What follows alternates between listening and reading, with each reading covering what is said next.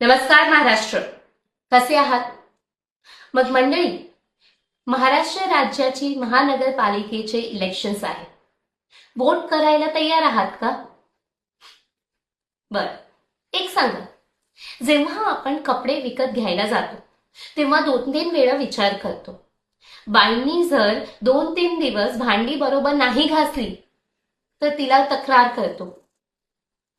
मग आता आपलं महाराष्ट्र राज्य पुढच्या 5 वर्षासाठी कोणाच्या हातात द्यायचं आहे त्याचा निर्णय घ्यायची संधी आली आहे. गाफील राहून चालणार नाही.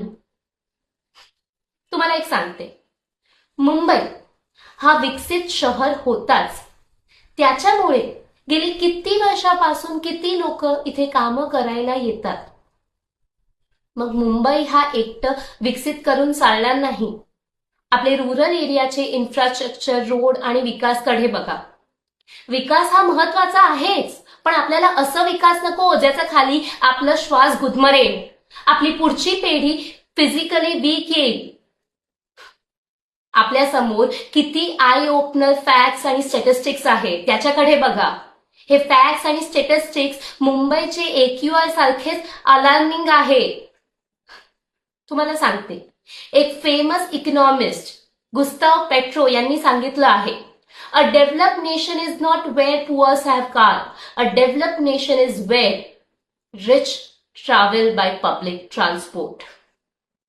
मग मुंबई आता संधी आणि वेळ दोघी आहे.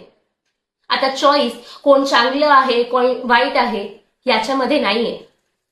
कधी कधी चॉईस कोण कमी वाईट आहे आणि कोण जास्त वाईट आहे त्याच्यामध्ये असते. मग आता आपला महाराष्ट्र राज्य खरे राजाच्या हातात द्यायची संधी आली आहे. ही संधी आपल्या हातात आहे.